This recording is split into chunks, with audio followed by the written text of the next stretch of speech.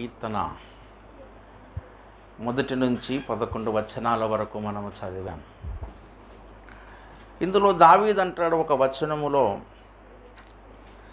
నా హృదయము నిబ్బరముగా ఉన్నది, దేవా నా హృదయము నిబ్బరముగా ఉన్నది, నేను పాడుచు స్తుతిగానము చేసేదను అనేటువంటి మాట దావీదు ఇక్కడ చెప్పినట్లుగా మనము చూస్తూ ఉన్నాం. ఈ కీర్తన రచించినటువంటి కీర్తనాకారుడు దావీదు రచించినటువంటి కీర్తన. దావీదు ఏ సందర్భంలో ఈ కీర్తన రాశాడో దానిపైననే చెప్పారు కదా. ఏమండి, అల్తషేతు అను రాగము మీద పాడదగినది, గుహలో సౌలు నొద్ద నుండి పారిపోయినప్పుడు అతడు రచించినది అనే మాట రాయబడ్డది. ఏ సందర్భంలో ఈ కీర్తనను దావీదు రాశాడో కూడా ఆ సందర్భం ఇక్కడ చెప్పబడింది. ఏ సందర్భంలో రాశాడట? దావీదును సౌలు తరుముతూ ఉన్నాడట. దావీదును సౌలు చంపాలని ప్రయత్నము చేస్తూ ఉన్నాడు. కాబట్టి దావీదు సౌలు దగ్గర నుంచి పారిపోయాడు. తన ప్రాణమును కాపాడుకోవడానికి, తప్పించుకోవడానికి పారిపోయి ఒక గుహలో, ఒక అరణ్యంలో, ఒక గుహలో దాచుకున్నాడు. ఆ గుహలో దాచుకున్నప్పుడు ఆయన చేసినటువంటి ప్రార్థన, ఆయన రాసినటువంటి గీతమే ఈ 57వ కీర్తన. అంటే దావీదు ఇప్పుడు ఏ పరిస్థితులలో ఉన్నాడు అంటే, సంతోషకరమైన స్థితి కాదు, ఆనందకరమైన స్థితి కాదు, చాలా కష్ట సమయంలో, క్లిష్ట పరిస్థితుల్లో దావీదు ఉన్నాడు. దావీదు ప్రాణాపాయ స్థితిలో ఉన్నాడు. ఎందుకంటే దావీదు చిక్కితే చంపేద్దామని ఎవరెదురు చూస్తున్నారట? సౌలు చూస్తున్నాడు. ఎందుకంటే దావీదు సౌలు దగ్గర కూర్చుని భోజనం చేస్తున్నప్పుడు బలముగా ఈట విసిరాడు. పొరపాటున కనుక అది దావీదు తగిలితే దావీదు ఎప్పుడూ చనిపోయేవాడు. కాబట్టి తన ప్రాణమును తీయ చూడాలని ఎన్నోసార్లు దావీదును వెతికాడు. కాబట్టి దావీదు తన ప్రాణమును రక్షించుకోవడానికి ఏం చేశాడంటే చెప్పండి, పారిపోతూ వచ్చాడు. అలా పారిపోయి అనేక స్థలాల్లో దాచుకుంటూ ఇప్పుడు ఒక గుహలోనికి వచ్చి ఆ గుహలో చేస్తున్నటువంటి ప్రార్థన ఇది అన్నమాట. కాబట్టి ఈ కీర్తనను మనం చదివినప్పుడు మనం ఏం నేర్చుకోగలుగుతాము అని ఆలోచిస్తే, అసలు దానిపైన దేవుడు అసలు ఆ ఉపోద్ఘాతాన్ని లేదా ఆ సందర్భాన్ని ఎందుకు మెన్షన్ చేశాడంటే, నీ జీవితంలో, నా జీవితంలో కూడా అన్ని ఆనందకరమైనటువంటి దినములే ఉండవు, కొన్ని కష్టకరమైనటువంటి స్థితులు, పరిస్థితులు మన జీవితాల్లో వస్తాయి అనేది దేవుడు మనకు తెలియజేయాలని ఆశపడుతున్నాడు. భక్తుడు అంటే భక్తి జీవితం కలిగి ఉంటే ఎప్పుడు కూడా ఆనందము, సంతోషమే అనేది ఎప్పుడు కూడా మీరు ఊహించవద్దు. చాలాసార్లు మన ఊహ ఎలాగుంటుందంటే, నేను చాలా మంచి భక్తి పరుణ్ణి, నేను చాలా గొప్పగా భక్తి చేశాను, నేను మంచి ప్రార్థనాపరుణ్ణి, నేను మంచి విశ్వాసిని, దేవునికి చాలా నమ్మకంగా ఉన్నాను, యథార్థంగా ఉన్నాను, నిండు మనసుతో ప్రభువుని ప్రేమించాను, నాలో ఏ తప్పిదము లేదు, నాలో ఏ పొరపాటు లేదు అని మనం అనుకుంటాం. కాబట్టి నన్ను దేవుడు చల్లగా చూస్తాడు, బాగా ఆశీర్వదిస్తాడు, కాబట్టి నా జీవితంలో అన్ని మేలుడు, ఉపకార్యాలు జరుగుతాయి, గొప్ప కార్యాలు జరుగుతాయని చెప్పి సహజంగా, సామాన్యంగా విశ్వాసులమైనటువంటి మనము ఆలోచిస్తూ ఉంటాం. కానీ దానికి విరుద్ధంగా కూడా కొన్నిసార్లు మన జీవితంలో కష్టాలు వస్తాయి, శ్రమలు వస్తాయి, కన్నీళ్ళు వస్తాయి, బాధలు వస్తాయి, హింసలు వస్తాయి. మరి వీటన్నిటికీ కలిగిన కారణం ఏంటి? మనం అనుకుంటాం, ఇంత మంచిగా ఉన్న ఇవన్నెందుకు సంభవించాయి, ఇంత మంచిగా దేవునికి ఇష్టరాలుగా బ్రతుకుతున్నప్పటికీ నా జీవితంలో ఈ ఆపదలు, ఈ కష్టాలు ఎందుకు సంభవిస్తున్నాయి అని మనం అనుకునవచ్చు. అయితే వీటన్నిటికీ సమాధానం చెప్పడానికే, జవాబు చెప్పడానికే దావీదు ఈ కీర్తన మన కొరకు రాసి పెట్టాడు. దావీదు ఎటువంటి భక్తుడో మనందరికీ తెలుసు కదా. దావీదు చాలా శ్రేష్టమైనటువంటి భక్తి కలిగినవాడు. దావీదు బాల్యము నుంచే దేవుని యందు భయభక్తులు కలిగిన వాడు. ఆయన ఏదో పెద్ద అయిన తర్వాత, వయసు వచ్చిన తర్వాత మారు మనసు పొందినటువంటి వ్యక్తి కాదు. ఆయన బాల్యకాలము నుంచే, పుట్టినది మొదలుకొని బాల్యము నుంచే దేవుని యందు భయము కలిగిన వాడు, భక్తి కలిగిన వాడు. బాల్యకాలము నుంచే ధర్మశాస్త్రమును ధ్యానించేటువంటి వాడు. బాల్యము నుంచే బోధకుల దగ్గర కూర్చొని ధర్మశాస్త్రమును నేర్చుకున్నవాడు. తాను ఎప్పుడైతే గొర్రెలు కాస్తూ ఉన్నాడో, గొర్రెల కాపరిగా ఉన్నప్పుడు దేవుని మీద ఆనుకొని ఆధారపడ్డాడు. చక్కని వాయిద్యకారుడు, చక్కని ప్రార్థనాపరుడు, మంచి విశ్వాస యోధుడు, పోరాట యోధుడు. దావీదులో అసలు ఏ లోపము లేదు. భక్తిలో కానీ, ప్రార్థనలో కానీ, విశ్వాసంలో కానీ, పరిశుద్ధతలో కానీ, దేవుని మీద ఆనుకోవడంలో కానీ, దేవుని వాక్యంలో ధ్యానించుట విషయంలో కానీ, దేవుని గణపరచుట విషయంలో కానీ ఏ లోపము కూడా వెతకలేనంత శ్రేష్టమైనటువంటి భక్తుడు ఎవరట? దావీదు కదా. దావీదును ప్రభు ఏమన్నాడు? నా హృదయానుసారమైన మనుష్యుడు. ఏమండి, దావీదు ఎవరట? దేవుని హృదయానుసారము కలిగినటువంటి మనుష్యుడు, దేవుని చిత్తానుసారమైన మనస్సు కలిగిన వారు. కాబట్టి మనం సహజంగా ఈ లోకరీతిగా మనం ఆలోచిస్తే, దావీదు ఇంత మంచి భక్తుడు కాబట్టి, ఇంత ప్రార్థనాపరుడు కాబట్టి, ఇంత విశ్వాసయోధుడు కాబట్టి, నిరంతరము దేవుని స్తుతించేవాడు కాబట్టి, అలాగే దేవుని హృదయానుసారుడు కాబట్టి, మరి దావీదు జీవితంలో ఏ కష్టము రాకూడదు, దావీదు జీవితంలో ఏ సమస్య రాకూడదు అని ఇహలోక రీతిగా ఈలోక రీతిగా మనం ఆలోచిస్తాం. మన ఆలోచనలు ఈ రీతిగా ఉంటాయి. మరి అదే నిజమైతే ఇంత గొప్ప ప్రార్థనాపరుడు, ఇంత గొప్ప విశ్వాస యోధుని జీవితంలో శ్రమ ఎందుకు వచ్చింది? ఇంత గొప్ప విశ్వాస జీవితంలో శ్రమ ఎందుకు వచ్చింది? ప్రియా సహోదరి సహోదరుడా, శ్రమలకు కారణము నీ భక్తి కొలమానం కాదు. అర్థమైందా? నువ్వు చాలా భక్తిపరుడు కాబట్టి శ్రమలు వచ్చాయి, శ్రమలు రావు అని అనుకోవద్దు ఎప్పుడు కూడా. అర్థమైందా? సహజంగా భక్తులు అంటే వారి జీవితాల్లో శ్రమలు సహజంగానే వస్తాయి. అర్థమవుతుందా? దానికి మంచి ఉదాహరణ ఎవరు చెప్పండి? దావీదే. దానికి మంచి ఉదాహరణ ఎవరు? దావీదే. కాబట్టి నేను ఇంత ప్రార్థనాపరుణ్ణి కనుక నా జీవితంలో ఏ శ్రమ రాకూడదు, కాబట్టి వచ్చింది అని అంటే దేవుడు మంచోడు కాదు అని ఒక స్టాంపు మనం వేసేస్తాం. ఏమంటాం? అంటే సహజం కదా, వెరీ కామన్ హ్యూమన్ నేచర్. అదేంటి చెప్పండి? సహజమైనటువంటి మానవ స్వభావం ఏంటంటే, ఒక సామెత ఉంటుంది, మీరు వినే ఉంటారు కదా, పెడితే పెయిన్లు కోరుతారు, తర్వాత లేకపోతే అదే. పెడితేనేమో అట్లా ఎవడన్నా మంచిగా పెట్టిన అనుకోండి, రాబోదినా మా ఇంటికి రా, ఇవి కాఫీ తాగు, ఇటుకి తాగు, ఈ లడ్డూ తిను, ఈ మిక్సర్ తిను, ఈ అట్టిపండు తిను, ఈ పప్పు తీసుకపో, ఈ ఉప్పు తీసుకపో అన్నావు అనుకో, అబ్బా ఎంత మంచిదాన్ని వదిన నువ్వు, అసలు నీ అంత మంచి వదిన అసలు నాకు దొరకడం అదృష్టం, మహాభాగ్యం, గొప్ప ధన్యత. మీ ఇల్లు మంచిగా ఉండాలి, చల్లగా ఉండాలి, మీ అబ్బాయికి తొందరగా పెళ్లి కావాలా అని మంచిగా చెప్తామోనా కదా. అదే ఆమె ఇంటికి వచ్చిందనుకో, పట్టించుకోలే, లేనిపోనే ఏమన్నా తిట్టినామనుకో, పెట్టలేదనుకో, ఏమంటుంది? దీని మొహం అసలు ఏం చాలదు, పిల్లికి కూడా బిచ్చమేయదు, కనీసం చేతుకున్న ఎంగిలి మెతుకులు కూడా కాకేయదు అని అట్లా కూడా ఏం చేస్తారట చెప్పండి? కొందరు ఉంటారట ఎంగిలి మెతుకులు కూడా దేనికేరట, తింటా ఉంటారు కదా, చేయికి 4-5 మెతుకులు అంటతాయి కదా, ఈ టిసిరేస్తే కాకాడ ఎగిరికిపోయి తింటుందో అని వాడు ఏం చేయడట, అట్లా ఇసిరేడట, అవి కూడా వాడే తింటాడట. అంత పిసినారు రకం అండి అని చెప్పి ఏం చేస్తూ ఉంటారు చెప్పండి? తిడతా ఉంటారు. అందుకనే సామెత ఏమొచ్చిందంటే, పెడితేనేమో పెళ్ళి వాడతారు, లేకపోతే ఏమైందట, సాగు వాడతారు అన్నమాట. అది the very human nature, the very common human nature, సహజమైనటువంటి స్వభావం కదా. అంటే భక్తి జీవితాలు కూడా అట్లనేగా. యేసయ్య మంచిగా సమృద్ధినిస్తే ఏమండి, బహు సమృద్ధి, బహు ఆశీర్వాదం ఇచ్చి బీరువా నిండా డబ్బులు, ఏమంటే ఒంటి నిండా బంగారం, చక్కని బట్టలు, మంచి 3 పూటల చక్కని ఆహారం, ఇవన్నీ ఇస్తేనేమో యేసు కన్నా గొప్ప దేవుడు ఎవరు లేదు, యేసు దేవుని ఆరాధికులం ఏమండి అని మనం చక్కని పాట పాడుతూ ఉంటాం. యేసయ్యా నీ అంత మంచి దేవుడు లేడయ్యా, నీవే నా ఆశ్రయమయ్యా అని ఇన్ని భక్తి గీతాలు వస్తూ ఉంటాయి అన్నమాట. అదే కర్మకాలి ట్విస్ట్ అయింది అనుకోండి, జీవితంలో ఏదో అప్సెట్ అయిపోయింది, అప్ అండ్ డౌన్స్ వచ్చేసినాయి, ఏదో ట్రబుల్స్ వచ్చాయి, ఏదో ప్రాబ్లమ్స్ వచ్చాయని అనుకోండి, ఏం దేవుడు సార్, ఎందుకు నమ్ముకున్న దేవుడు ఏమో నాకు అర్థం కాదు, మా చుట్టాలందరూ ముందే చెప్పారు వద్దని చెప్పినా కానీ అనవసరంగా నేను ముందుకు గుడికి పోతిని, పోకపోయినా బాగుండే. అప్పటికి వాళ్ళు చెప్పారు, వాళ్ళ నమ్ముకున్న ఎవడు బాగుపడలేదే, వాళ్ళ జీవితాల్లో కూడా ఎన్ని కష్టాలు ఇబ్బందులు ఇరుకులే ఉన్నాయి అని వాళ్ళు ముందే చెప్పిరలే, కానీ నేనే ఎందుకో నమ్మలేదు, విశ్వసించలేదని చెప్పి అంటూ ఉంటారు. అంటే ఆశీర్వదిస్తేనేమో యేసు గొప్ప దేవుడు, శ్రమలు వస్తేనేమో యేసు మంచి దేవుడు కానే కాదు. ఈరోజు మీరు ఒక ఆత్మీయ పాఠం నేర్చుకోండి. ఏందా ఆత్మీయ పాఠం అంటే, క్రైస్తవులకు శ్రమలు రావని, క్రైస్తవుల జీవితాల్లో కష్టాలు రావని, క్రైస్తవుల జీవితాల్లో ఇబ్బందులు ఉండవని ఎప్పుడు దయచేసి తలంచవద్దు. అర్థమైంది? ఎప్పుడు కూడా తలంచవద్దు. ఒకవేళ అదే నిజమైతే దావీదు అసలు ఈ కీర్తనే రాయడు. రాస్తాడా దావీదు కీర్తన? రాయడు కదా. దావీదు ఏ స్థితిలో రాశాడట?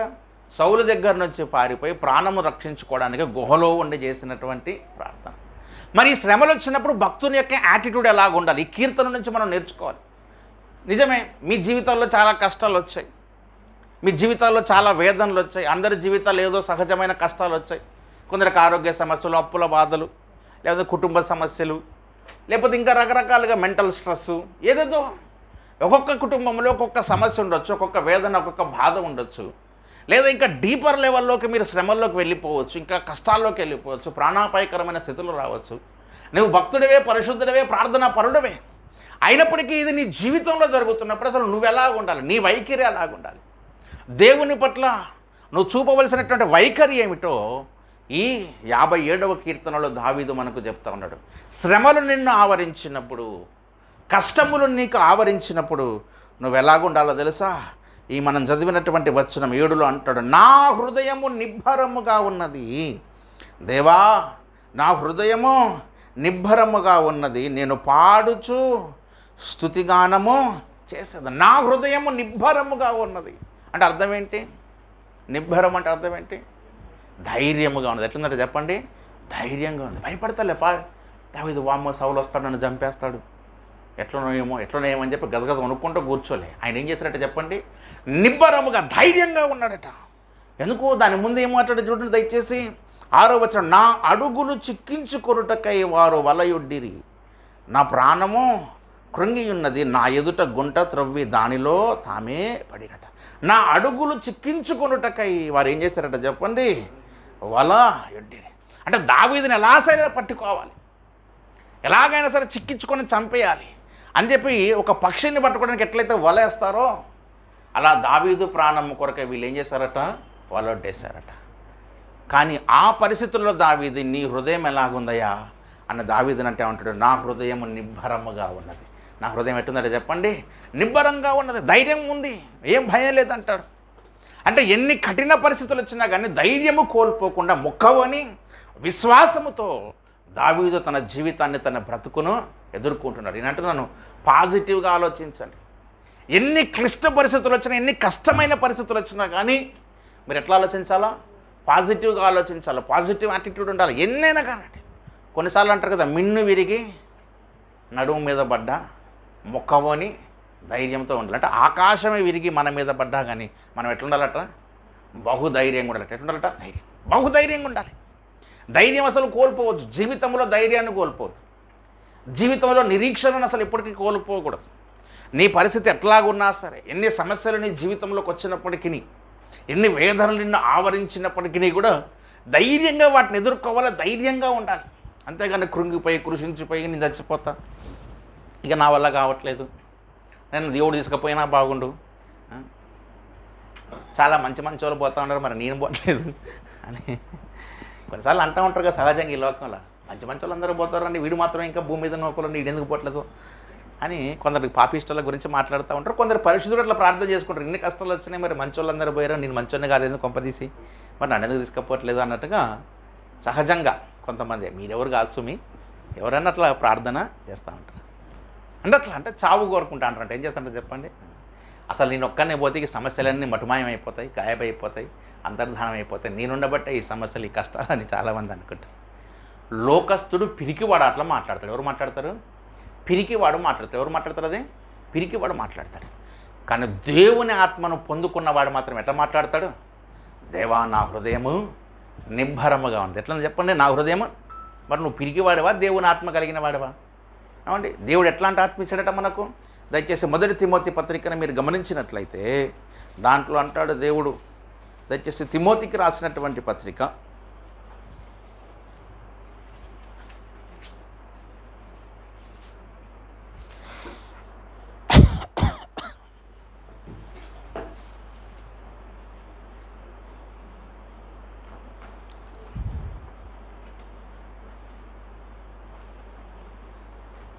1 నిమిషం చదవండి. కొందరు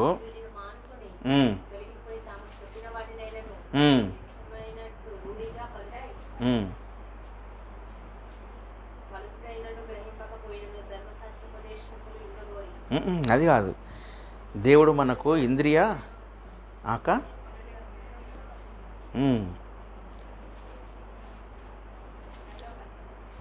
చదవండి.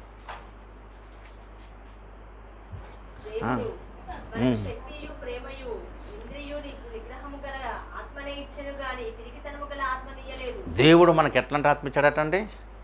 శక్తియు ప్రేమయు ఇంద్రియ నిగ్రహము గల ఆత్మనే ఇచ్చను కానీ ఏ ఆత్మ ఇయ్యలేదట? పిరికితనము కలిగినటువంటి ఆత్మను దేవుడు ఇయ్యలేదు. అంటే దేవుడు మనకు అనుగ్రహించినటువంటి పరిశుద్ధాత్మకు ఉండేటువంటి లక్షణాలు ఏంటంటే ఏముంటాయట? శక్తి ఉంటుందట, ప్రేమ ఉంటుందట, ఇంద్రియ నిగ్రహం ఉంటుందట. ఇవన్నీ ఉంటాయి దేవుని ఆత్మచేత నువ్వు నింపబడితే. కానీ పిరికితనము కలిగినటువంటి ఆత్మనైతే దేవుడు ఇవ్వలేదు. అంటే దేవుని ఆత్మచేత నింపబడినటువంటి ఏ వ్యక్తి కూడా, దేవుని పరిశుద్ధాత్మను పొందినటువంటి ఏ వ్యక్తి కూడా పిరికితనముగా ఉండడు. ఎలా ఉండడు చెప్పండి? పిరికితనముగా ఉండడు. అంటే పిరికితనముగా నువ్వు మాట్లాడుతున్నావు అంటే నీలో ఎవరు లేనట్లు? పరిశుద్ధాత్మ దేవుడు లేనట్లు, పరిశుద్ధాత్మ అభిషేకము నీలో లేనట్లు. ఒకవేళ నీలో గనుక పరిశుద్ధాత్మ అభిషేకం ఉంటే నువ్వు ఎట్లా మాట్లాడుతావు అంటే దావీదులాగా మాట్లాడతావు. ఎట్లా మాట్లాడతావు? దావీదులాగా మాట్లాడు. నిబ్బరము కలిగి నా హృదయము ఉన్నది అని అన్నాడు.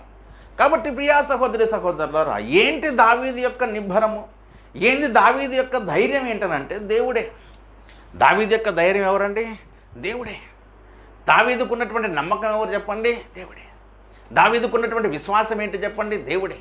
నాకు దేవుడు ఉన్నాడు కాబట్టి నేను నిబ్బరంగా ఉంటాను, నాకు దేవుడు ఉన్నాడు కాబట్టి ధైర్యంగా ఉంటాను, నాకు దేవుడు ఉన్నాడు కాబట్టి నేను ముందుకు వెళ్తాను. కానీ మనం ఏం చేసామంటే దేవుని తీసి గూట్లో పెట్టాం. చాలామంది బైబిల్ తీసి ఎక్కడో బీరువాలో పెడతారు కదా, ఏమండి? కొంతమంది ఏం చేస్తారంటే బైబిల్ తీసుకుపోయి అట్ట నలగొద్దు, పేజీ మలగొద్దు అని చెప్పి బట్టల బీరువాలో పెట్టి తాళం వేసి వస్తారు కదా. ఇవాడు మర్చిపోతారు దాన్ని బైబిల్ ఆడబెట్టిరు అని. అంటే అట్లా చాలామంది ఏం చేస్తారు, దేవుని కూడా అట్లా అంతే గూట్లో పెట్టేసారు అనమాట. ఇక యేసు ప్రభు రోజు తలుచుకుంటే ఏం ఉపయోగం, ఏం పుణ్యం వస్తుంది అని కొద్దిసేపు బీరువాలో పెట్టి మనం ఏం చేస్తామని చెప్తాండి, మర్చిపోతాం. నీ జీవితంలో సంతోషము కలిగినప్పుడు దేవుణ్ణి ఎంతగా జ్ఞాపకం చేసుకుంటావో దుఃఖములో ఉన్నప్పుడు అంతకంటే ఎక్కువ జ్ఞాపకం చేసుకోవాలి. ఏం చేయాలి చెప్పండి? సంతోషములో దేవుని ఎంత జ్ఞాపకం చేసుకుంటావో దుఃఖములో దానికంటే మరింతగా ఏం చేయాలట? దేవుణ్ణి మనము జ్ఞాపకం చేసుకోవాలి. కానీ నాకు తెలిసి ఏంటంటే చాలామంది దేవుణ్ణి గూట్లో పెట్టేశారు. దేవుణ్ణి ఏం చేశారు? అటకెక్కిచ్చారు. దేవుణ్ణి చాలామంది పక్కన పెట్టేశారు. చాలామంది దేవునికి దూరం అయిపోయారు. దేవుణ్ణి చాలామంది మర్చిపోయారు. దేవుడు అంటే లెక్కలేనితనంగా విలువలేని వ్యక్తిగా మార్చేశారు. అసలు మీ హృదయంలో దేవునికి స్థానమే లేకుండా చేశారు. దేవుని దలుచుకోవడమే మలిసిపోయారు. అసలు దేవుడు ఒక ఆయన ఉన్నాడు బాబు, ఆయన సంగతి చూద్దాం, మరి ఆయన దగ్గరికి పోదాం, ఆయన ప్రార్థన చేద్దాం అనే సంగతి చాలామందికి ఆదివారం వస్తేనే గుర్తుకొచ్చింది. కానీ మిగిలిన రోజులు ఏం కాలో చెప్పండి, గుర్తుకు రాలేదు. ఇంత దారుణమైనటువంటి ఆత్మీయ జీవితంలో క్షేమకరమైనటువంటి పరిస్థితుల్లో మనం బ్రతుకుతూ ఉంటే ఇక మనకు దైవిక సహాయం ఎక్కడికి వెళ్తుందంటే నాకు అర్థం కాదు. దేవుని సహాయం ఏమైనా వస్తుందా? కాబట్టి ఎవరిని మర్చిపోకూడదు, మనము దేవుణ్ణి మర్చిపోకూడదు. ఏమంటే దేవుణ్ణి మర్చిపోకూడదు. ఆయన బాగా ఆశ్రయించినప్పుడు కృతజ్ఞత కూడికలు పెట్టుకుంటాం. కానీ దుఃఖం ఉన్నప్పుడు మాత్రం అసలు ఉన్న కూడికకు కూడా రాము మనం కదా. యేసుప్రభు దీవితేనేమో అసలు యేసయ్య గొప్ప కార్యాలు చేశాడు సార్, మహోన్నత కార్యాలు చేశాడు సార్, మీరు మా ఇంట్లో వచ్చి భోజనం చేయండి సార్ అని చెప్పి మీకు దోచినట్టుగా ఏదో ఒక రైస్ పెట్టి కృతజ్ఞత కూడికైతే పెడతారు కదా. అదే కష్టం వచ్చిందనుకోండి, కృతజ్ఞత కూడిక మాట దేవుడు ఎరుగు. ఏదైనా కూడిక జరిగితే నాకు కనబడతారు, ఇక అడ్రస్ కనపడుతుంటారు, తుపాకీ తూటాకు కూడా దొరకడు ఎవడు. అంటే నీ వైఖరి మారాలి. ఏం చేయాలి చెప్పండి? నీ వైఖరి మారాలి. సంతోషంలో అందరూ పోగొడతారు, కానీ దుఃఖం వచ్చినప్పుడు దేవుడి దగ్గరకు వచ్చేవాడు అసలైనటువంటి భక్తుడు. నీ భక్తికి కొలమానం ఏది? నీ విశ్వాసానికి కొలమానం ఏది? నువ్వు దేవుణ్ణి ఎంతగా ప్రేమిస్తున్నావో ఎలా తెలుస్తుంది? అవునా కదా. ఇప్పుడు ఒక తల్లి తన కొడుకు తను ఎంతగా ప్రేమిస్తున్నా తెలుసుకుంటే రోజు వాడు చుట్టూ తిరుగుతుంది లేదు. అమ్మ ఎప్పుడైనా ఊరికి పోతే అప్పుడు తెలుస్తుంది అమ్మని ఎంత మిస్ అవుతున్నావు అని. ఏం ఊరికి పోయింది అనుకో, అమ్మ అమ్మ అని ఏడిచింది అనుకో, ఉదాహరణకు బాగా మా అమ్మ ఏదే, మా అమ్మని చూడాలి, మా అమ్మ లేకపోతే నేను ఉండలేను, మా అమ్మాయి నాకు కావాలా, అమ్మాయి నాకు కావాలి, నన్ను అమ్మ దగ్గర తీసుకపోండి అని ఏడిచింది అనుకోవడన్నా. అప్పుడు అమ్మకేం తెలుస్తుంది? పర్లేదు, నా బిడ్డ నన్ను ప్రేమిస్తూ ఉండు బాగా, నేను లేకపోతే తట్టుకోలేడు అంటాడు అన్నట్టు. అదే ఎప్పుడు వాడి దగ్గరే ఉన్నావు అనుకో, నువ్వు వాడు అమ్మ అమ్మంటే దాంట్లో ఆశ్చర్యం, నువ్వు ముందే ఉన్నావు కదా. అంటే ప్రేమ తెలియాలంటే ఎట్లా తెలుస్తుంది? బహుదూరం పోయిన తర్వాత నేను ఎంతగా తలుచుకుంటాడో అప్పుడు నీ మీద ఉన్నటువంటి ప్రేమ తెలుస్తుంది. వామ్మో నా కొడుకు లేదా నా కూతురు నేను మరి లేకపోతే కష్టమవుతుంది. ఇప్పుడు నరేష్కి హర్షిత మీద ఎంత ప్రేమ ఉందో ఎట్లా తెలిసింది? హర్షిత నరేష్ ఇద్దరు కలిసి ఒక ఇంట్లో ఉన్నప్పుడు తెలిసిందా మనకి? నరేష్ మామూలే అని అనుకున్నాం అప్పట్లో. కానీ ఎప్పుడైతే హర్షిత హాస్టల్కి పోయిందో ఏమైంది? ఎప్పుడు ఏడవని నరేష్ కూడా ఏం చేసిండట? కళ్ళెమ్మటి నీళ్ళు గారిపోయినాయి. నా కూతురు అసలు ఒక క్షణం కూడా హాస్టల్లో ఉండేదానికి వీల్లేదు అంతే అని చెప్పి వెంటనే కారు గిర్రు నిడి తిరిగింది, హాస్టల్కి పోయింది. హర్షిత తీసుకొచ్చి ఆడబెట్టిండు, ఇంట్లో పెట్టేసిండు. ఇక జీవితకాలంలో మళ్ళీ హాస్టల్ అనే మాటే నోట రావద్దు అన్నాడు. అవునా కదా? మరి ఇప్పుడు అవునా? అంటే ఇప్పుడు ప్రేమ ఎట్లా తెలిసింది అంటాను నేను. ఎట్లా తెలిసింది చెప్పండి? ఎట్లా తెలిసింది? అంటే తను దూరం అయినప్పుడు తెలిసిపోయింది. అవునా కదా? సో అట్లా అంటే ప్రేమ ఉన్నదని ఎలా తెలుస్తుంది? మనుషులు దూరం అయిపోయినప్పుడు, దూరంగా ఉన్నప్పుడు మనం we can understand the love and affection between them. వాళ్ళ మధ్యలో ఉన్న ప్రేమను తెలుసుకుంటాం. దీన్ని బట్టి అర్థమైంది బాగా నిజంగానే ప్రేమిస్తూ ఉన్నారని. మరి దేవుని నువ్వు ఎంతగా నమ్ముతున్నావు, దేవుని మీద ఎంత ఆధారపడ్డావు, దేవుని ఎంతగా విశ్వసించావు ఎట్లా తెలుస్తుంది? ఎట్లా తెలుస్తుంది? అంటే పొద్దున 10 ఇడ్లీలు, మధ్యాహ్నం బిర్యానీ, సాయంత్రం పూట 4 స్నాక్లు, మళ్ళీ రాత్రి కాగానే ఏదో చక్కని ఆహారం, ఏమండి బీరో నిండా డబ్బులు, సుఖ సంతోషం, కలర్ టీవీ, మంచి సీరియళ్ళు, ఇంటరప్షన్ కానీ సిగ్నల్ ఉందనుకో, అప్పుడు తెలుతుందా? ఏమండి తెలుతుందా? తెలియదు.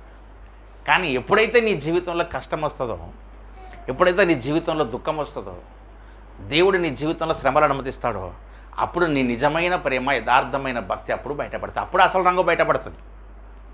ఎవడో ముఖానికి నల్ల రంగు వేసుకుంటాట, భయపడుతూ ఉన్నాడు.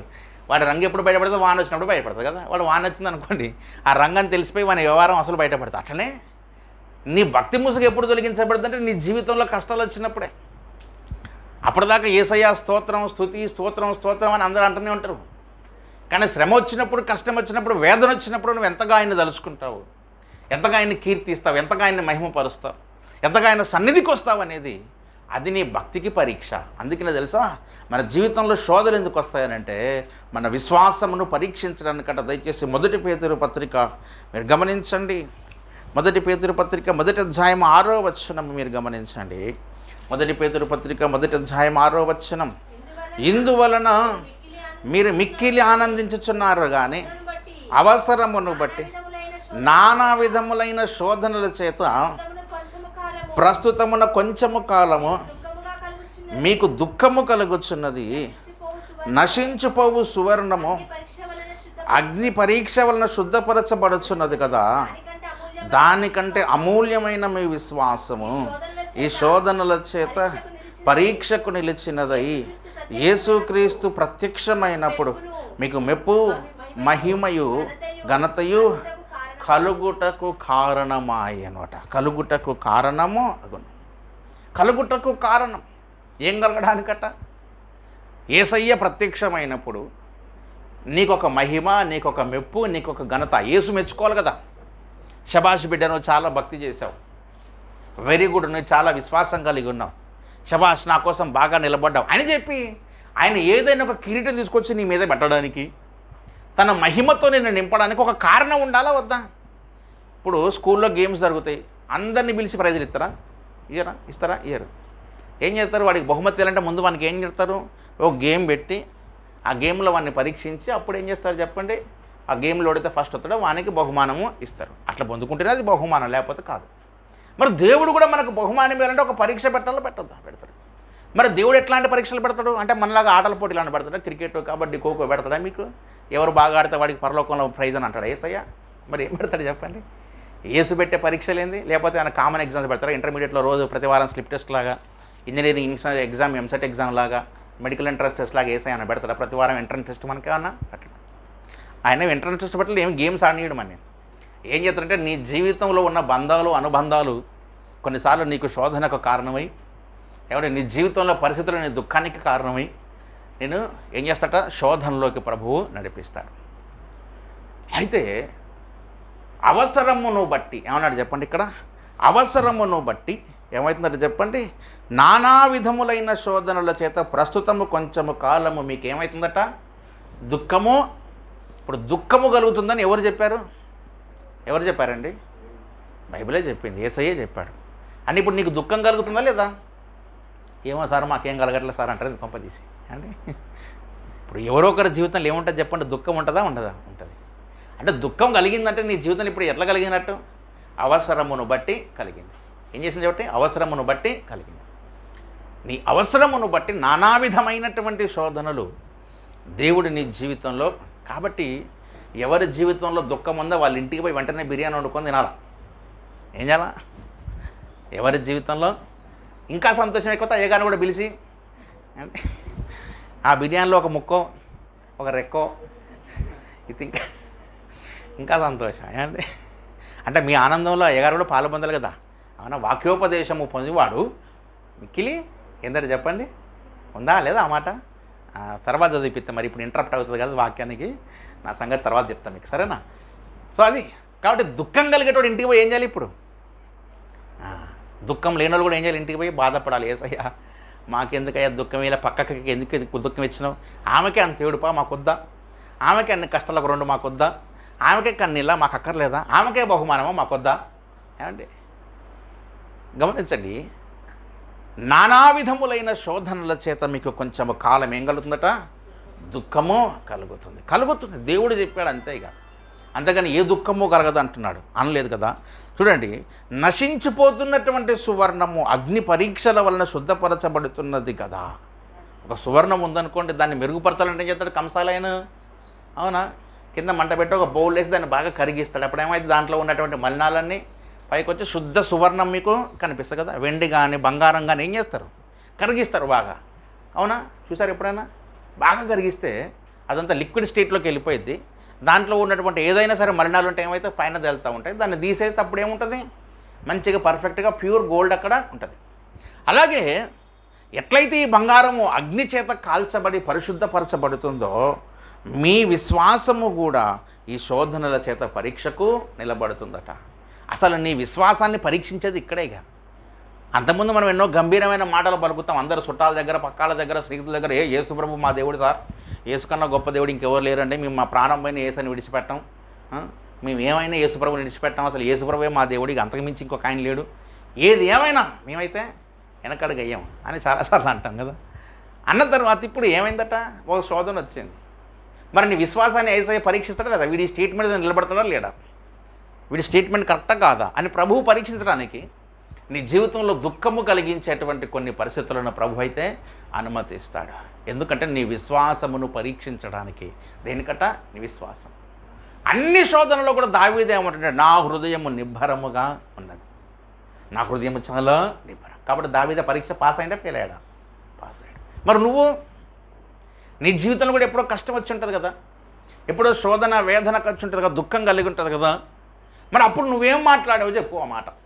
ఆ దుఃఖం కలిగినప్పుడు యేసయ్యా, ఈ దుఃఖం కలిగినందుకు వందనాలు తండ్రి, నాకైతే ఏం బాధ లేదు, అనుమతించావు, కానీ నేనైతే నిబ్బరంగా ఉన్నాను, ధైర్యంగా ఉన్నాను, విశ్వాసంగా ఉన్నాను అనే స్టేట్మెంట్ నువ్వు ఇచ్చావా?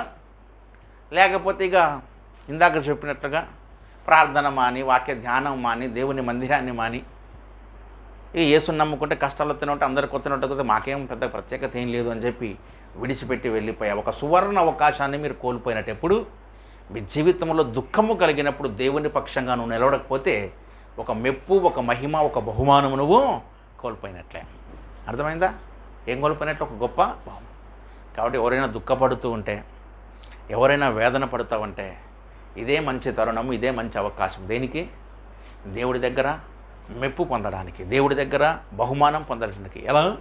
యేసయ్య ఎన్ని కష్టాలు వచ్చినాయిలే కానీ నేనైతే ధైర్యంగా ఉంటాను, నేనైతే నిబ్బరంగా ఉంటాను, నేనైతే నిలదొక్కుని ఉంటాను, ఎందుకంటే నా నిరీక్షణ నీవే. ఆత్మీయ జీవితంలో ఎన్నో కష్టాలు వస్తాయి, అయినా సరే మనం ఏం చేయాలా? ముందుకు సాగాలి కానీ వెనకడుగు అవుతుంది కదా. ఒక మంచి చక్కని పాట ఉన్నది. ఏం పాట? యాత్రలో సముద్రముల్ ఘోషించి పర్వతముల్ కంపించినన్, యాత్రలో సముద్రముల్ ఘోషించి పర్వతముల్ కంపించినన్, సొదొమ వైపు తిరిగి చూడక, సొదొమ వైపు తిరిగి చూడక, వెల్లుడి సియోను నగరునకు, వెల్లుడి సియోను నగరునకు, లేచి రండి విశ్వాసులార, యోర్దాను నదిని దాటను, విడిచిపెట్టుడి మిస్రాయిము సుఖవి మాయలను, విడిచిపెట్టుడి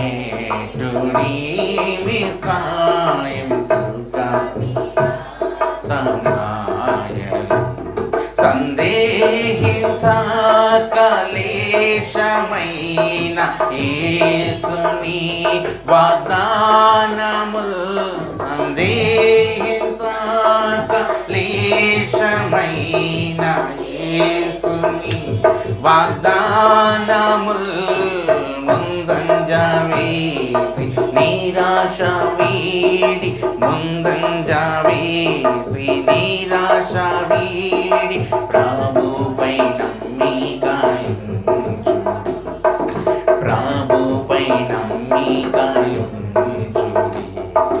లేచి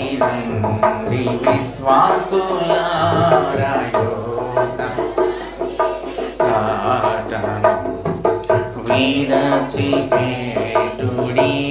మిస్రాయిం విలాసమాయలు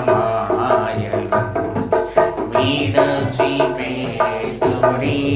మిస్రాయిం సుఖమాయలు పరీక్షించుడి యేసుని కల్వారిలో కన్నులతో పరీక్షించుడి యేసుని కల్వారిలో కన్నులతో దూరపరచి బంధకముల దూరపరచి బంధకముల నసింపజేసే నసింపజేసే లేచిరండి విశ్వాసులారా యోధనదిని విడచిపెట్టుడి మిస్రాయిం సుఖమాయలు విడచిపెట్టుడి మిస్రాయిం సుఖవిలాస యాత్రలో సముద్రముల్ ఘోషించి పర్వతముల్ కంపించినను. ఇశ్రాయేలీలు అరణ్య యాత్ర చేస్తూ ఉన్నారు. మధ్యలో ఏమడ్డం వచ్చిందట? సముద్రం అడ్డొచ్చేసింది కదా. ఏమొచ్చింది? సముద్రం అడ్డొచ్చింది. ముందుకెళ్తే ఇంకెన్నో శ్రమలు వచ్చాయి. అయినా దేవుడు అంటాడు, మీరు వెనక్కి తిరిగి చూడక కనానుపై ఏం చేయాలంటే చెప్పండి, మీ కనుదృష్టి ఉంచుడి కదా. సందేహింపక లేశమైన యేసుని వాగ్దానము ముందంజ వేసి నిరాశ వీడి ప్రభుపై ఏం చేయాలంటే చెప్పండి, సందేహించాక లేశమైన యేసుని వాగ్దానముల్ సందేహించాక లేశమైన యేసుని వాగ్దానముల్ ముందంజ వేసి నిరాశ వీడి ముందంజ వేసి నిరాశ వీడి ప్రభుపై నమ్మికయుంచుడి ప్రభుపై నమ్మికయుంచుడి లేచిరండి విశ్వాసులారా యోర్దానదిని దాటు విడచిపెట్టుడి మిస్రాయిం సుఖమాయలు ముందంజ వేసి నిరాశ వీడి ఏం చేయాలంటే చెప్పండి, దేవుని మీద నమ్మిక ఎంచుడి. ఇక పర్వతములు కంపించేంత, సముద్రములు పొంగేంత శ్రమలు మన జీవితంలో రాకపోయినప్పటికీ కొన్ని శ్రమలు, కొన్ని కష్టాలు, కొన్ని ఇబ్బందికరమైన పరిస్థితులు అయితే వస్తాయి. వచ్చినప్పుడు ఏం చేయాలట అంటే వెనకడుగు వేయొద్దుగా. వెనకడుగు అసలు వేయొద్దు. ముందంజ వేసి ఏం వీడాలట? నిరాశను వీడాలి. ఏం వీడాలి చెప్పండి? నిరాశ, నిరుత్సాహము. దీన్ని విడిచిపెట్టి ఏం చేయాలట చెప్పండి, దేవుని మీద నమ్మిక ఎంచాలి. శ్రమ వస్తుంది, కష్టం వస్తుంది, ఇబ్బంది వస్తుంది. చాలామంది ముందడుగు వేరు ఏం చేస్తారు చెప్పండి, వెనుకడుగేస్తారు. వేదన వచ్చింది కానీ చెప్పి గుడి మానేస్తారు. కష్టం వచ్చింది కదా అని చెప్పి ప్రార్థన మానేస్తారు. శోధన వచ్చింది కదా అని చెప్పి దేవుని వాక్య ధ్యానాన్ని మానేస్తారు. వీడు ముందుకు పోడు, ఎడిగిపోతాడు చెప్పండి, వెనకడుగేస్తాడు. అంటే బండి ముందుకు వెళ్ళడం మరి పెట్రోల్ కావాలి కదా అన్న, మరి మేము కూడా ముందుకు పోండి, మాకు ఆశీర్వాదాలు కావాలి కన్నా అంటారు చాలామంది. ఏమండి లాజిక్. కానీ ఈ బండి అట్లాంటి బండి కాదు. ఏ బండి? యేసయ్య బండి. ఇది ఎలాంటి బండి అంటే శ్రమ, దుఃఖము, వేదన వస్తుంది. కానీ ఆ వేదన కలిగినప్పుడు కూడా ఏం చేయాలట చెప్పండి, నువ్వు ఏ అడుగు వేస్తున్నావు? వెనకడుగేస్తున్నావా, ముందడుగేస్తున్నావా? యేసయ్యలో వెనకడుగేస్తున్నావా, ముందడుగేస్తున్నావా? నీ జీవితంలో కష్టం వచ్చినప్పుడు, వేదన వచ్చినప్పుడు, శ్రమ వచ్చినప్పుడు, శోధన వచ్చినప్పుడు వెనుదిరిగి వెళ్ళిపోతున్నావా, లేకపోతే ధైర్యంగా మొండి పట్టుదలతో ముందుకు పోతా ఉన్నావా? ఏదైతే ఇదైంది, నా దేవుడు నాకున్నాడు అంతే, నేనైతే ముందుకు పోతాను. ఏమైనా కానీ నా దేవుడు నాకున్నాడు, నాకు సహాయం చేస్తాడు అనే మొండి ధైర్యంతో నువ్వు ముందుకు పోతున్నావా లేదో గమనించు. దావీదు ఏం చేశాడో తెలుసా? దావీదు మొరపెట్టాడట, దయచేసి ఇలాంటి సమయంలో 57వ కీర్తన 2వ వచనములో దావీదు అంటాడు చూడండి దయచేసి, 57:2, మహోన్నతుడైన దేవునికి, నా కార్యము సఫలము చేయు దేవునికి నేను మొరబెట్టుచున్నాను. ఆయన ఆకాశము నుండి ఆజ్ఞ ఇచ్చి నన్ను రక్షించను. ఏ దేవునికి మొరబెడుతున్నాడట? మహోన్నతుడైనటువంటి దేవునికి. రెండోది ఎట్లాంటి దేవుడట? నా కార్యమును సఫలము చేయు దేవునికి. ఒకటే మాట చెప్తున్నాను, ఈ రోజుల్లో నీ స్థితి పరిస్థితి ఎట్లుందో నాకైతే తెలియదు. ఏమండి, మీరు ఏ సమస్యలు ఉన్నారో, ఏ కష్టములో ఉన్నారో, ఏ వేదన, ఏ బాధలో మీరున్నారో మనకైతే తెలియదులే. కానీ మీరు ఒక్క మాట చేయండి, ఆ పరిస్థితిని బట్టి ప్రభువు మీద విశ్వాసం ఉంచి, ఆ పరిస్థితిని బట్టి నమ్మకముగా ప్రార్థన చేయండి. నీ ముందున్నటువంటి ఆ పర్వతములను ఏమైపోతాయట? తొలగిపోతాయి. ఏమైతాయి చెప్పండి? ఏమైపోతాయి? తొలగిపోతాయి. ఆయన ఎట్లాంటి దేవుడు అంటే మహోన్నతమైనటువంటి దేవుడు. రెండో దేవుడు ఎట్లా అంటే కార్యము సఫలము చేసే దేవుడు. ఎట్లాంటి దేవుడు ఆయన? కార్యము. దయచేసి యేసుని విడిచిపెట్టొద్దు, అలగొద్దు, సనగొద్దు, గుణగొద్దు. అర్థమవుతుందా? కొంతమంది అలుగుతారు కదా, భార్య భర్త మీద కలిగినట్టు, భర్త భార్య మీద కలిగినట్టు, చీర కొనకరమ్మంటే కొనకరాకపోతేనో, లేకపోతే చెంప పిండి తెమ్మంటే తేకపోతేనే అలిగిపోయింది. నేను అడిగింది తీసుకురాలేదు అని. ఏమని అట్లా కొంతమంది యేసుప్రభు ఏం యేసుప్రభు అని చెప్పి ఆయన మీద అలుగుతాంటారు. ఎవరి మీద? ఈ మధ్య నేను బైబిల్ చదవట్లేదన్నా, ప్రార్థన మానేసినన్నా, ఎందుకంటే ఏం చేయలేదన్నా అంటారు. ఏమంటారు చెప్పండి? ఎవరి మీద అలిగినట్టు అయినా అలగొద్దు. అట్లా ఎవరి మీద? యేసయ్య మీద అలగదు. ఏం చేయాలి చెప్పండి? కార్యము సఫలము చేసే దేవునికి ఏం చేయాలట? ప్రార్థన చేయాలి. ఏం చేయాలా? కార్యము సఫలము చేసే దేవునికి ప్రార్థన చేయి. మహోన్నతుడైనటువంటి దేవునికి ప్రార్థన చేయి. ఏం చేస్తాడు ఆయన? నీకున్న సమస్యలన్నింటినీ మబ్బులాగా విడగొట్టేస్తాడు యేసయ్య. ఈ మాట నా దగ్గర నుంచి తీసుకుంటే ఒక ప్రవచనంలాగా, మబ్బులు విడిపోయినట్లుగా నీ సమస్యలను దేవుడు ఏం చేస్తాడట? తొలగించేస్తాడు. ఏం చేస్తాడు? విడగొట్టేస్తాడు. మబ్బులు తొలగిపోతే తెలుసు కదా ఎట్లా తొలగిపోతాయి? ఫటాఫట్ తొలగిపోతాయి. అట్లా ఎప్పుడైతే నువ్వు ఆయన సన్నిధిలో నిజంగా కష్టముల కన్నీటితో నువ్వు మోకరించి ప్రార్థన చేయి, రేపు ఉదయం నీ సమస్యలను దూది పించంలాగా ఎగిరిపోతాయి. మబ్బులు ఏదైనా కానీ, అది ఎంత కష్టమైనా కానీ, అది ఏదైనా అసాధ్యమైందని కూడా సాధ్యమే. నేను ఒక అన్నతో ఒక ఇంటికి ప్రార్థనకు పోయినా, లాజరస్ అన్నతోటి కోదాడలో ఒకళ్ళ ఇంటికి ప్రేయర్కి పోయినా. ఒక పాస్టర్ గారి ఇంటికి పోతే ఆయన ఏం చేసినట్టు ఆయనకి ఇద్దరు పరిచయం చేస్తుండే. ఈయన మా బాబు అండి, ఈయన మా పాప అండి అని పరిచయం చేస్తూ ఉంటే, తర్వాత అన్న చెప్తా ఉన్నాడు ఏమనంటే, అసలు వాళ్ళ ఆవిడకి గర్భసంచి లేదట. ఏం లేదట. డాక్టర్ అసలు ఈమె జీవితకాలంలో పిల్లలు పుట్టరని చెప్పారట. ఏం పుట్టారు? అసలు పిల్లలు పుట్టాలంటే గర్భసంచి ఉండాలా వద్దా? ఉండాలి. అసలు అది లేదండి బాబు, ఈమెకు మహా సమస్య, అసలు ఈమె జీవితకాలంలో తల కింద తపస్సు చేసిన ఆమెకు అసలు పిల్లలే పుట్టరని చెప్పినారట. ఏమండి, మనలాంటి వాళ్ళైతే నిజమే కాబోలి, ఇది ఎట్లా కష్టం, సాధ్యం కాదని అనుకుంటాం. కానీ ఈ దైవజనుడు అంటాడు, అన్నా నేనైతే విశ్వాసంతో ప్రార్థన చేశాను, లేని దాన్ని ఉన్నట్టుగా పిలిచే దేవుడు. ఎట్లాంటి దేవుడు అట చెప్పండి? లేని దాన్ని ఉన్నట్టుగా పిలిచే దేవుడు. అని విశ్వాసంతో ప్రార్థన చేశాను. అద్భుతంగా దేవుడు ఎంతమంది సంతానాన్ని ఇచ్చాడట? 2 చక్కని ఒక కుమార్తెను కుమార్తె. అంటే చూడండి ఎంత విశ్వాసమో, ఎంత నమ్మకమో. నాకు కూడా ఆశ్చర్యం కలిగింది.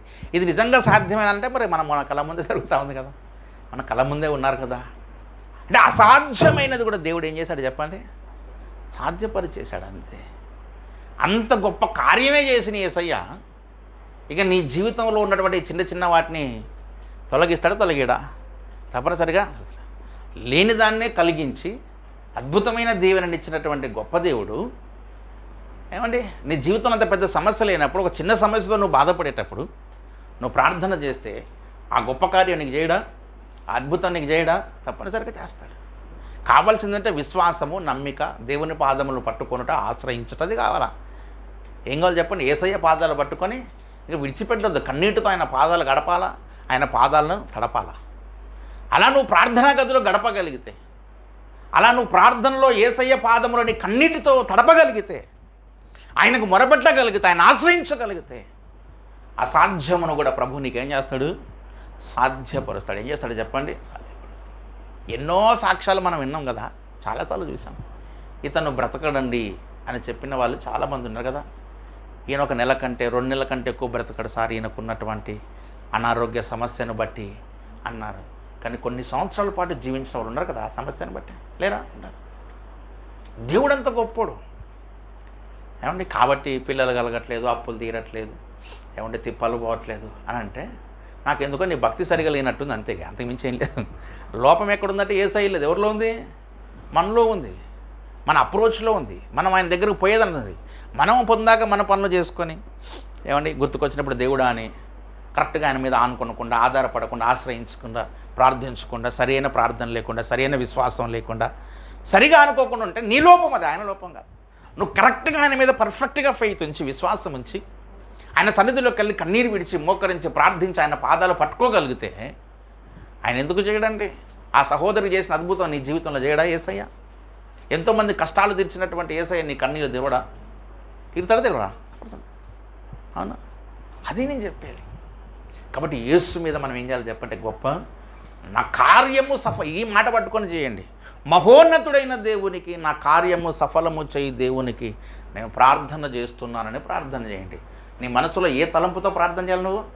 నా కార్యము సఫలము చేసే దేవుడు. ఆయన ఏ దేవుడు చెప్పండి? నా కార్యమును సఫలము చేసే దేవుడు. అప్పుడు నీ ముందు ఏమొచ్చినా కానీ ఇంకా ఓ గొప్ప పర్వతమా జెరుబాబెలు నడ్డగింపను, ఓ గొప్ప పర్వతమా జెరుబాబెలు నడ్డగింపను, ఎంత మాత్రపు దానవు నీవనెను, చదును భూమిగా మారెదవు, ఎంత మాత్రపు దానవు నీవనెను, చదును భూమిగా మారెదవు, శక్తి చేత కాదనెను, బలముతో నిధి కాదనెను, శక్తి చేత కాదనెను, బలముతో నిధి కాదనెను, నా ఆత్మ ద్వారా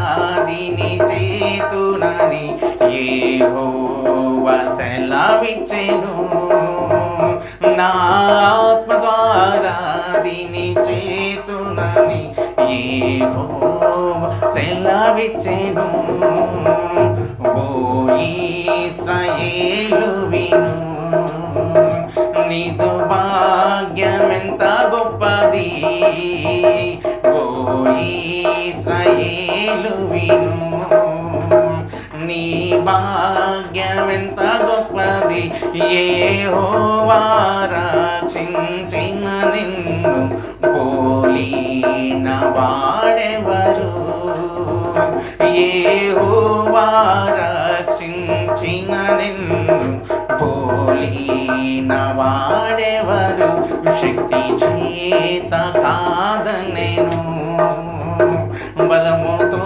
నిధి కాదనెను, శక్తి చేత కాదనెను, బలముతో నిధి కాదనెను, నా ద్వారా దీని చేతునని యెహోవా సెలవిచ్చెను, నా ఆత్మ ద్వారా దీని చేతునని యెహోవా సెలవిచ్చెను.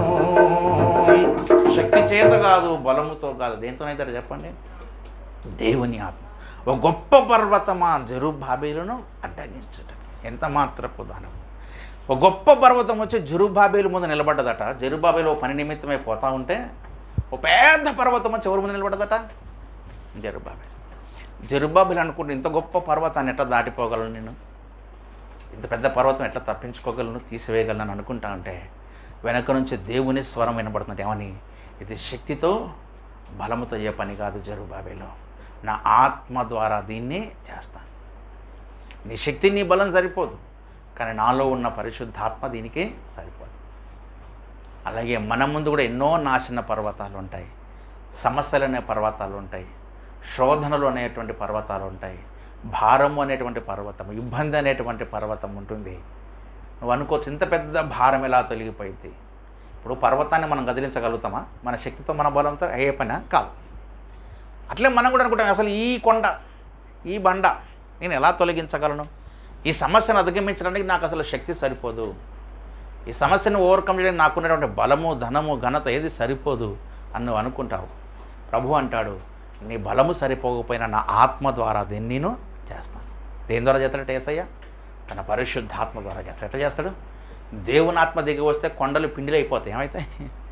గాలి పింజంలాగా ఎగిరిపోతాయి, సమస్యలన్నీ మాయమైపోతాయి. అర్థమవుతుందా? మిక్కిలి ఆనందము కలుగుతుంది. స్వచ్ఛంద సియోను వాసి. అవునా? స్వచ్ఛంద సియోను వాసి సర్వాధికారి కస్తూరి పురాసి స్వచ్ఛంద సియోను వాసి సర్వాధికారి కస్తూరి పురాసి. ఇదిగో నేను, అందరం పాడదాం. ధనను అద్భుతముల చేతుం నీ ప్రజలందరి ఎదుట. ఇదిగో నేనొక నిబంధనను అద్భుతముల చేతుం నీ ప్రజలందరి ఎదుట. పరిశోధింప చాలని మా పన్నులెల్లా ప్రభువే. పరిశోధింప చాలని మా ప్రభువే.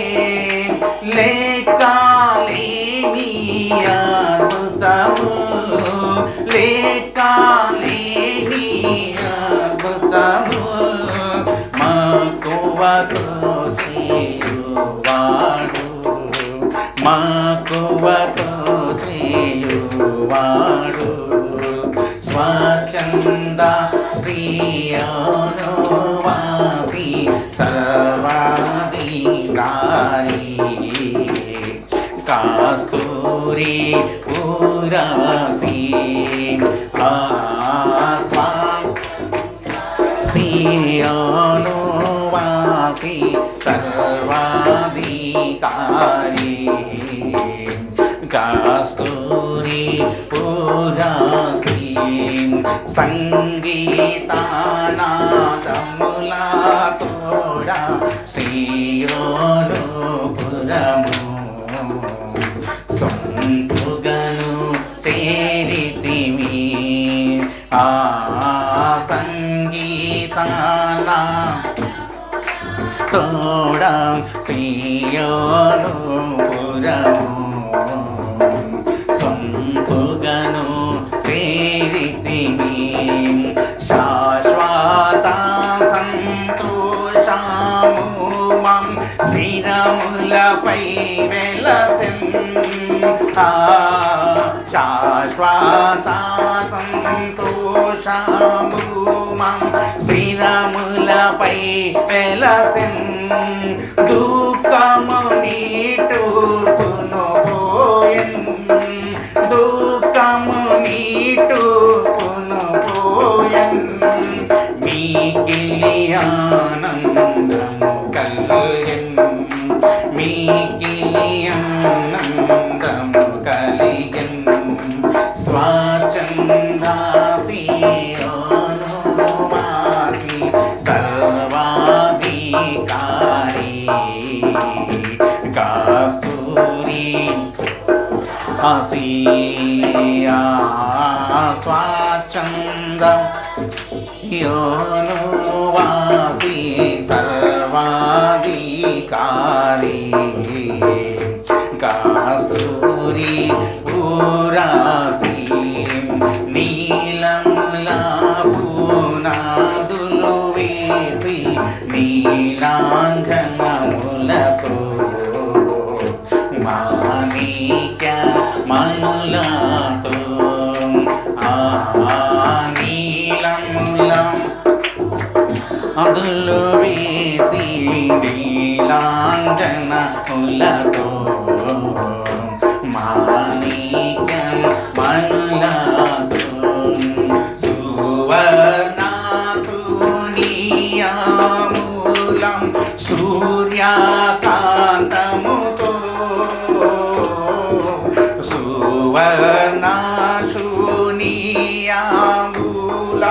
సూర్యకాంతముతో ప్రశస్త రత్నములతో ప్రశస్త రత్నములతో ప్రమిమలముగవినుగా తెదను ప్రమిమలముగవినుగా తెదను స్వచ్ఛందాసియోనువాసి సర్వాధికారి కస్తూరి పురాసి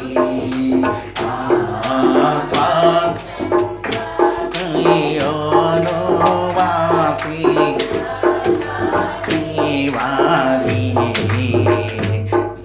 స్తూరి పురాసి గర్భమున పుట్టినది మొదలు తల్లి వడిలోన కూర్చుండినది మొదలు ఆ గర్భమున పుట్టినది మొదలు తల్లి వడిలోన కూర్చుండినది మొదలు నేను సంక పెట్టుకొన్నం నాదు ప్రజలారా నేను సంక పెట్టుకొన్నం నాదు ప్రజలారా ముదిమి పాచు వరకు ముదిమి పాచు వరకు ఈదుకొను వాడను నేనే ఈదుకొను వాడను నేనే స్వచ్ఛంద సియోను వాసి సర్వాధికారి తూరి పురాసి స్వచ్ఛంద వాసి సర్వాధికారి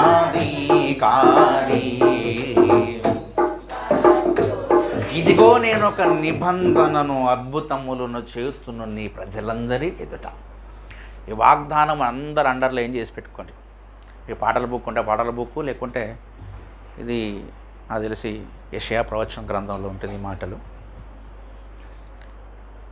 పరిశోధింపజాలని మహాపనులెల్లా చేసే ప్రభువు కింద ఏమన్నాడు, లెక్కలేని అద్భుతములను మక్కువతో చేయవాడు. అది లెక్కలేని అద్భుతాలను మక్కువతో అంటే అర్థం ఏంటి? ఇష్టముతో చేసేవాడు. అర్థమైంది? అంటే నీ గ్రహింపుకు రానటువంటి గొప్ప కార్యాలను, పరిశోధింపజాలన్నటువంటి మహాపనులను యేసయ్య ఎవరి జీవితంలో చేస్తున్నాడు? మనందరం అందం ఇవ్వాలి. ఏమన్నా చెప్పండి, అందరూ చెప్పండి నాతో పాటు. పరిశోధింప జాలని మహా పనులను యేసయ్య ఈరోజు నా జీవితంలో చేయబోతూ ఉన్నాడు. అర్థమైందా? లెక్కలేని అనండి, లెక్కలేని అద్భుతములను మక్కువతో నా జీవితంలో చేయబోతూ ఉన్నాడు. నా దుఃఖము నిట్టూర్పు తీసివేయబోతున్నాడు. మిక్కిలి ఆనందముతో నన్ను నింపబోతున్నాడు. పరిశోధింపజాలని గొప్ప కార్యములను, మిక్కిలి అద్భుతములను యేసయ్య ఎవరి జీవితంలో చేయబోతున్నాడు? ఎవరి జీవితంలో? మీ జీవితంలో చేయబోతున్నాడు. ఏం పోవాలంటే చెప్పండి. దుఃఖము నిట్టూర్పు పోయాను. ఇప్పుడు ఏం కలిగాను? మిక్కిలి. మరి ఏం చేస్తాడో నాకు తెలియదు. మరి ఏం చేస్తాడు సార్? మా ఇంట్లో లంక బిందెలు దొరుకుతాయా? అయితే మా ఇంట్లో మా పొలంలో గ్రానైట్ బండ పడుతుందా? లేకపోతే నేను నడుచుకుంటా పోతే ఎవడన్నా పోగొట్టుకున్న పరిశ్రమ దొరుకుద్దా? లేకపోతే ఆ మధ్య హైదరాబాద్లో ఎవరికి అనుకోకుండా 300 కోట్లు వాళ్ళ బ్యాంక్ అకౌంట్లో జమ చేసినారట. మరి తెలుసుగా, ఎవరో కాయన పాపం పేద ఆయనే తెల్లారిసరికి ఏటీఎం కార్డు గీకేసరికి 3 కోట్ల 30 కోట్లు వచ్చినాయట. ఎట్లా వచ్చినాయట? మరి అట్లా మా అకౌంట్లకైనా డబ్బులు వస్తాయా అంటే మరి నాకు తెలియదు. కానీ లెక్కలేని అద్భుతములను మాత్రం దేవుడు ఏం చేస్తాడు చెప్పండి? మక్కువతో చేస్తాడు. పరిశోధింపజాలని గొప్ప కార్యాలు. ఇక నువ్వు పరిశోధించాల్సిన ఎట్లా జరిగిందిరా బాబు నా జీవితంలో, ఇంత గొప్ప కార్యం ఎట్లా జరిగింది అని నువ్వు అనుకునేంత ఘనమైన కార్యములు, గొప్ప కార్యములు యేసయ్య ఎవరి జీవితంలో చేయబోతున్నాడు? మన జీవితంలో చేయబోతున్నాడు. ఒక నూతన నిబంధన దేవుడు చేయబోతున్నాడు. కాబట్టి అప్పటిదాకా మనం ఏం చేద్దామంటే మన కార్యము సఫలము చేసే దేవునికి మనం ఏం చేద్దాం, మొరపెడదాం. మహోన్నతుడైన దేవుని మీద మనం ఏం చేద్దాం, మొరపెడదాం. కాబట్టి ఇంతవరకు నీ జీవితంలో ఏదైనా దుఃఖము వేదన కలుగుతుంది, నీ విశ్వాసమునకు కలిగిన పరీక్ష అనుకోండి. ఆ పరీక్షలో మీరు నిబ్బరము కలిగి ఉండండి. దేవా నా హృదయము నీ యందు స్థిరమాయను. అవునా, ఇందాక మనం పాడుకున్నాం ఆ పాట. అలా మీరు నిబ్బరముగా ఉండండి, ధైర్యంగా ఉండండి. నీ కార్యము సఫలము చేసే దేవునికి మొరపెట్టండి. మబ్బులు విడిపోయినట్లుగా నీ సమస్యలను ప్రభువు విడగొడతాడు. పరిశోధింపజాలని గొప్ప కార్యాలను ప్రభువు చేస్తాడు. అసాధ్యమైన దానిని కూడా దేవుడు ఏం చేస్తాడు, నీ జీవితంలో సాధ్యపరుస్తాడు.